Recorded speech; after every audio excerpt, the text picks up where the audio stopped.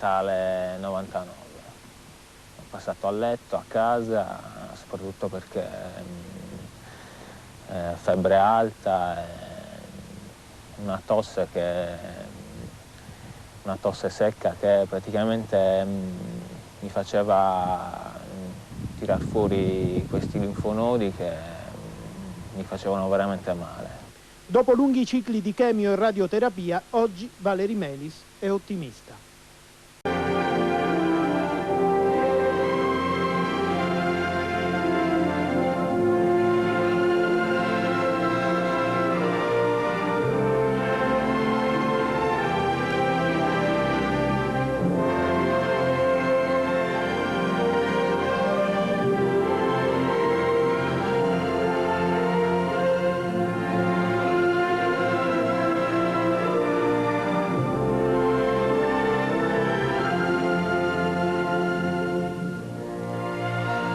Buonasera al pubblico di Porta a Porta e buonasera agli ospiti di questa sera. Valeri Melis, caporalmaggiore dei Bersaglieri, malato di leucemia dopo aver prestato servizio ai confini tra la Macedonia e il Kosovo. Gianni Pintus, fratello di Giuseppe Pintus, morto di leucemia, ha lavorato con dei proiettili, con dei materiali probabilmente radioattivi nel poligono di Capo Teulada in Sardegna. Peppina e Giuseppe Vacca, che sono i genitori di Salvatore Vacca, anche lui morto di leucemia dopo aver prestato servizio in Bosnia. Perché accade tutto questo? Perché un numero ancora imprecisato, alcune fonti dicono 6, altre 8 persone, ragazzi sono morti dopo aver prestato servizio nei Balcani, perché altre decine, si parla stasera di 30 persone coinvolte complessivamente nella vicenda, si sono ammalate. È colpa di un materiale radioattivo, l'uranio impoverito contenuto in alcuni proiettili, o ci sono altre cause? Stasera una nota dell'Organizzazione Mondiale della Sanità dice non ci sono prove scientifiche che le munizioni all'uranio provocano le leucemie. Non ci sono le prove, ma allora perché sono morti questi ragazzi? E perché si è ammalato Valeri Melis? Allora, lei 23 anni, dove ha prestato servizio? Sì, il periodo della missione prestavo servizio all'8° reggimento Bersaglieri. In Macedonia? Sì, il periodo... Ai confini con il Kosovo? Sì, esatto. Partimmo il 19 marzo del 99, arrivammo in Macedonia il 21 marzo e di lì ci prestavamo a appoggiare le basi per un'eventuale missione di pace per il Kosovo. Sì. Senta, lei di che cosa si occupava? Ho letto nella sua scheda materiali logistici. Sì, sì. Che cosa sono? Usava proiettili? No, assolutamente. Erano materiali che servivano al reggimento per operare in zone dove non era di supporto Niente armi, una struttura, quindi? no. Niente armi. Ha avuto notizie di radioattività nella zona? No. No. Nell'autunno del 99 i medici all'ospedale di Cagliari le diagnosticano una forma di leucemia, il morbo di Hodgkin. Sì, esatto. Che idea che cosa le hanno detto i medici? Quale poteva essere l'origine di questa malattia? Una leucemia come capita purtroppo a tante e tante persone o una causa specifica? Ma una forma di leucemia che purtroppo colpisce tanti giovani, soprattutto nell'adolescenza. Varia da un'età dai 18 fino ai 40 anni. Questa tipologia di leucemia i medici non danno con precisione Lei ha riconosciuto onestamente che non è sicuro che la sua malattia sia stata provocata dall'uranio impoverito. Esatto. Ecco, però? Però rimangono tanti dubbi, anche perché... Di che genere? Il periodo purtroppo si sapeva che il Kosovo e la Serbia venivano bombardati, non si sa con quali materiali, comunque il dubbio che ho è perché sia durante che al rientro non ho subito delle visite cliniche, quindi non so se questa malattia l'ho contratta lì in missione oppure in precedenza. E quindi è in attesa di una spiegazione, diciamo. Sì. Lei dice che le prime notizie le avete avute dopo la morte di Salvatore Vacca. Esatto. Le prime informative che dovevano mettere In avviso i militari uscirono, mi pare, a novembre del 99. Qui abbiamo Peppina Secci e Giuseppe Vacca, che sono i genitori appunto del primo ragazzo ammalatosi di leucemia dopo aver prestato servizio in Bosnia. Suo figlio, signora Vacca, è morto il 9 settembre del 99, aveva 23 anni. 23 anni compiuti. Ed era il più piccolo? Sì, il più piccolo di casa. Lui partì per la Bosnia a novembre, si recò in Bosnia, stava benissimo, scoppiava di salute. Poi scese per una breve licenza, a fine gennaio stava benissimo lo stesso, anzi lo trovai con uno spirito abbastanza vivace e contento. Ripartì e stava bene.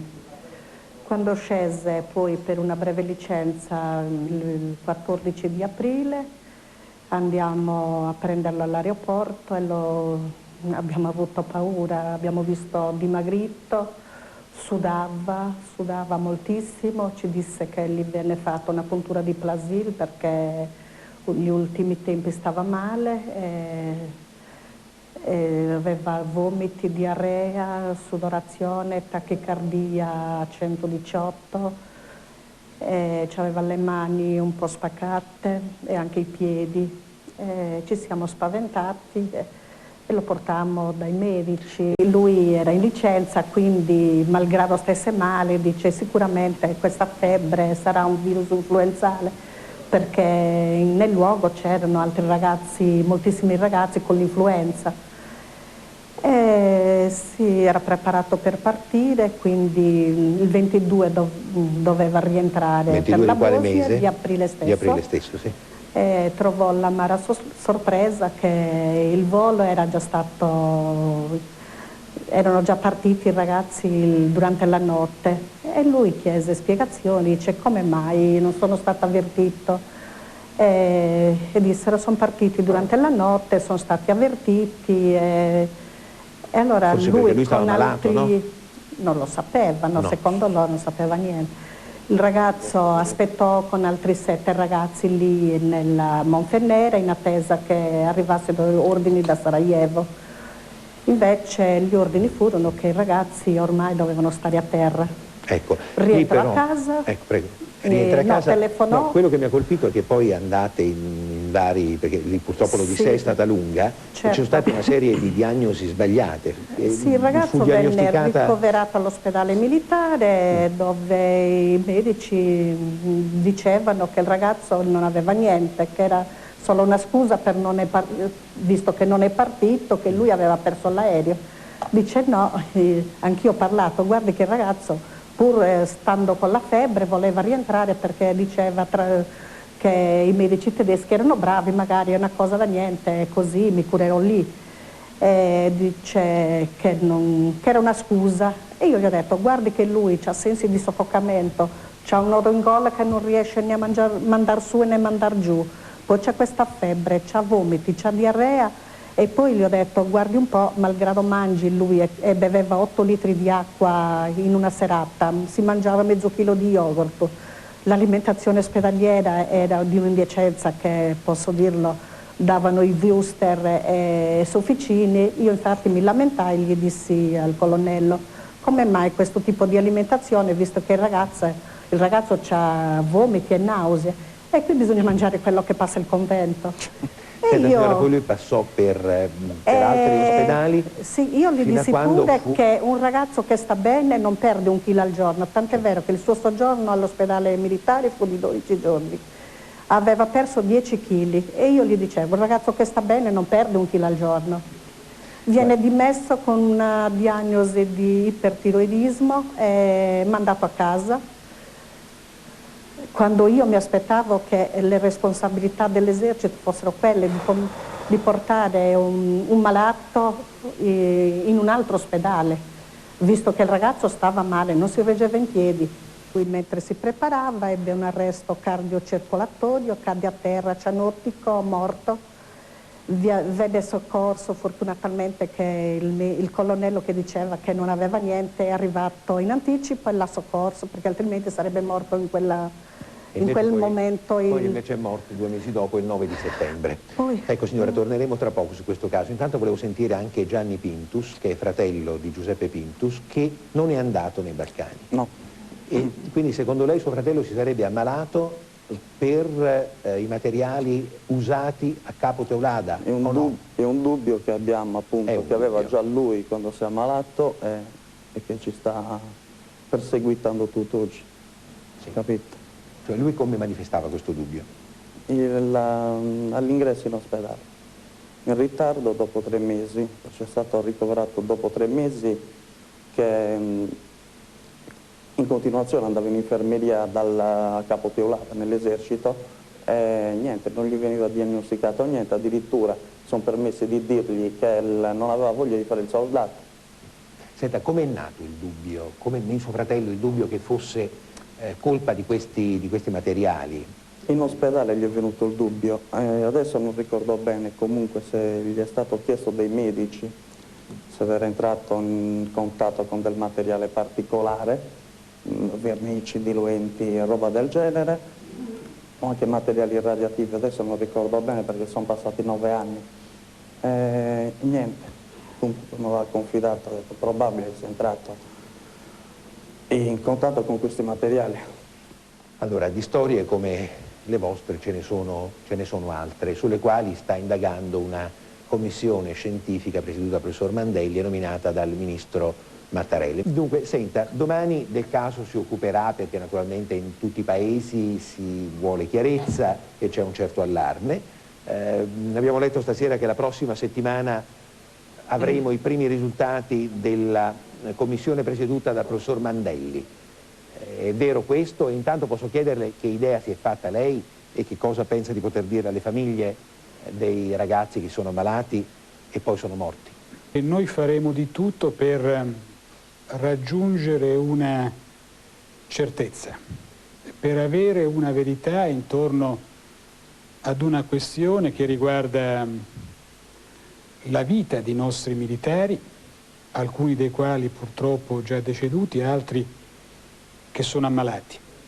Noi faremo di tutto per accertare una verità ed è per questo che abbiamo messo a lavorare una commissione scientifica di alto profilo, presieduta dal professor Mandelli, che ha già incominciato a lavorare, predisponendo accertamenti molto vasti su tutto il personale che è stato impegnato nelle operazioni all'estero e anche manifestando la piena disponibilità a fare questi accertamenti sul personale oggi non più militare che tuttavia ha prestato servizio all'estero. I dati sono questi: 8 morti, di cui alcuni sono presenti i genitori, e naturalmente è chiaro che il Paese, noi siamo molto vicini al dolore di queste mamme, di questi padri, di questi fratelli. E il mandato che la Commissione ha ricevuto è quello di agire a 360 gradi per vedere quale sia la possibile connessione tra il loro uso in servizio e la contrazione di queste malattie. Noi vogliamo sapere perché i nostri ragazzi sono morti ed è chiaro che qualora venga riscontrata una qualsiasi connessione tra la loro malattia e il loro servizio, lo Stato si farà pienamente carico di tutto quanto quello è tragicamente avvenuto. Tuttavia ci sentiamo anche per un dovere di tranquillità nei confronti delle famiglie, di dire con grande chiarezza che tutti quanti i ragazzi impegnati nelle missioni umanitarie in Bosnia, in Kosovo, in Albania, sono ragazzi che vengono continuamente attenzionati e tutelati da parte delle strutture militari, da parte delle strutture sanitarie, perché riteniamo nostro dovere essere particolarmente vicini a loro e ai civili italiani che sono chiamati in missioni così impegnative fuori dai loro confini nazionali. Bene, non li abbiamo lasciati soli, non li lasceremo soli. Bene, non li abbiamo lasciati soli, non li lasceremo soli. Bene, non li abbiamo lasciati soli, non li lasceremo soli. Il governo, lo Stato ha questo dovere di accertare la verità e i cittadini hanno il diritto di conoscerla. A maggior ragione questo diritto lo hanno le vittime e i loro parenti. Mi permetterei però di osservare una circostanza singolare. Le persone che lei ha davanti hanno tutte cognomi sardi: Melis, Pintus, Vacca. Non solo, ma dei 10 casi che a suo tempo il ministro Mattarella prese in considerazione nella sua relazione alla Commissione Difesa, ben 6 erano sardi. E questo che cosa le Può suggerisce? darsi nulla, può darsi che sia una circostanza del tutto casuale, può darsi invece che abbia un qualche significato medico. E cioè? Trattandosi di persone che vengono da una regione e da una popolazione fortemente caratterizzata come sono tutte le popolazioni isolane. Io dico questo per arrivare però ad un'affermazione di carattere più generale. Mi scusi, onorevole Pisano, per capire, in Sardegna la gente si ammala di leucemie più che nel resto del paese? Non voglio affermare questo perché non sono in grado di entrare nel merito del problema, però rilevo questa circostanza che c'è, è innegabile. Il signor Pintus ha detto chiaramente che c'era il timore nel povero fratello che la causa della sua malattia potesse derivare da manipolazione di altre sostanze o di materiali che comunque non erano armi o munizioni a uranio impoverito. Per quanto riguarda il poligono di Capo Teulada, in quella sede non si è mai fatto uso nemmeno in esercitazione di proiettili con uranio impoverito, e quindi in ogni caso, almeno per quanto riguarda quella morte, le cause vanno ricercate in altre ragioni, sicuramente non nell'uranio impoverito, anche perché il signor Pintus non è stato nemmeno, diciamo, in missioni all'estero. Buonasera signora. È la sorella di Salvatore Carbonaro che è morto nella notte tra il 5 e il 6 novembre scorso di leucemia e al San Matteo di Pavia, e stavolta non c'entra l'uranio impoverito ma c'entrerebbe il benzene. Perché signora? Allora, intanto la ringrazio per avermi dato la possibilità di avere anche una risposta dal Ministro della Difesa. Poi se io mi trovo qui è innanzitutto perché voglio portare avanti qualcosa che Salvatore già aveva iniziato, ecco. Lui diceva, esatto, voglio sapere la verità, ha scritto nel suo diario. Sì, sapere la verità sulla sua malattia. Ecco, niente, io vorrei precisare che in questi giorni si sta parlando tanto di uranio impoverito, ma la causa che ha portato alla morte Salvatore, noi ne siamo certi, è il benzene o comunque sostanze altamente tossiche che lui ha inalato, perché appunto addetto alla pulizia delle armi, quindi il tipo di lavoro, ecco, che svolgeva lo obbligava a stare a contatto con queste sostanze.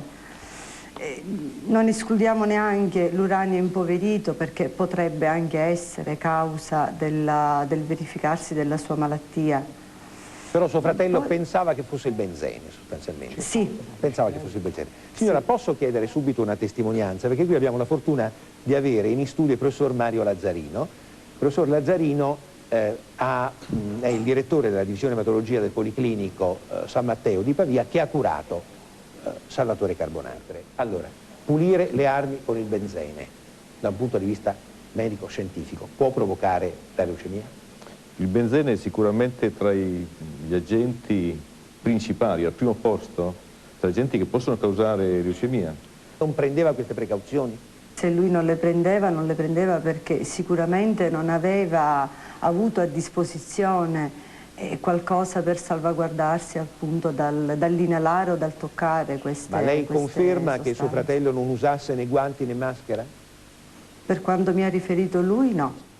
Cioè è possibile che un soldato possa usare il benzene, che come ci ha spiegato il professore è un materiale fortemente nocivo, senza che venga obbligato ad avere le precauzioni che i medici giudicano indispensabili? Ma io ritengo di no. Comunque normalmente siamo interessati a queste vicende nei procedimenti di riconoscimento da causa di servizio per infermità da parte dei militari e in questo caso è sempre molto importante che ci sia un circostanziato rapporto circa appunto questi eventi di servizio che poi dobbiamo mettere in relazione alle infermità che vengono rappresentate. Nel marzo dell'anno 2000 è stata proposta un'istanza per il riconoscimento della causa di servizio, a seguito della quale comunque andrebbe intrapresa un'istruttoria che peraltro la legge prevede che sia intrapresa d'ufficio in questi casi, soprattutto quando si tratta di militari che operano all'estero. Quindi non capisco perché non ci sia un'istruttoria o perché non ce ne sappia, che del resto questa è anche una delle nostre contestazioni, un'omissione che riteniamo comunque grave. Mi scusi, siccome mi pare di capire che come sacrosanto uno dei riconoscimenti, anche quello più elementare, insomma, dei familiari e anche di chi è ammalato, è il riconoscimento alla causa di servizio, credo che